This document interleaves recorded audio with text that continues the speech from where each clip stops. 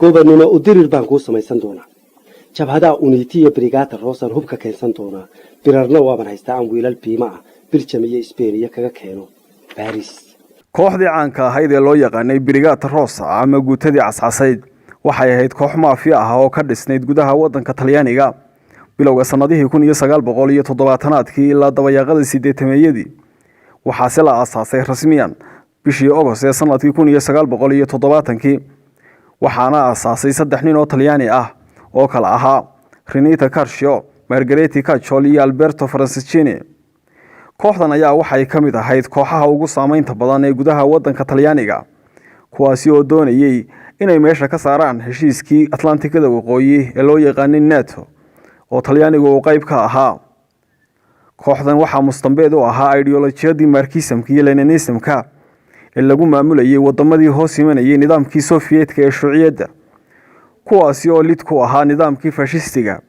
kooxdani waxay gudaha wadanka Talyaaniga ka geysatay dhibaatooyin fara badan khaasatan magaalooyinka Roma, Venice iyo Genoa. tacdiyadaasi oo ka koobnaa dhac, dil, afduub iyo mu'amaraad kala duwan oo lagula kacayay dadweynaha iyo madaxdii wadanka Talyaaniga iyo sidoo kale qaybo ka mid ah wadamada ku yaala badda Mediterranean-ka ee dhinaca koonfureed ee wadamada Midowga Yurub. waxaase ugu saameyn badnaa afduubkii ay u geysteen ra'iisul wasaarihii 38aad ee wadanka Talyaaniga Aldo Moro ama Aldo Moro iyo ilaaladiisii oo wadada loo galay duleedka magaalada Roma 16 bishii March ee sanadkii 1978 kaasi oo muddo 54 maalmood ay soo dhigeen meydkiisa jidadka waaweyn ee magaalada Roma. haddaba muddo 18 sano ah oo ay gudaha wadanka Talyaaniga ka geysanayeen falal waxshinimo ah iyo dhacdooyin naxdin leh ugu dambeyntii sanadkii 1988 ayay soo gabagabowday awoodii kooxda Brigada Rosa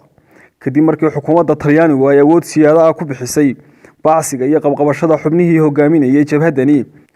iyo sidoo kale hoos u dhac ku yimi kaalmadii iyo musaacadooyinkii caalamiga ahaa ee ay ka helayeen nidaamkii Sovietka ee Shuuciga ahaa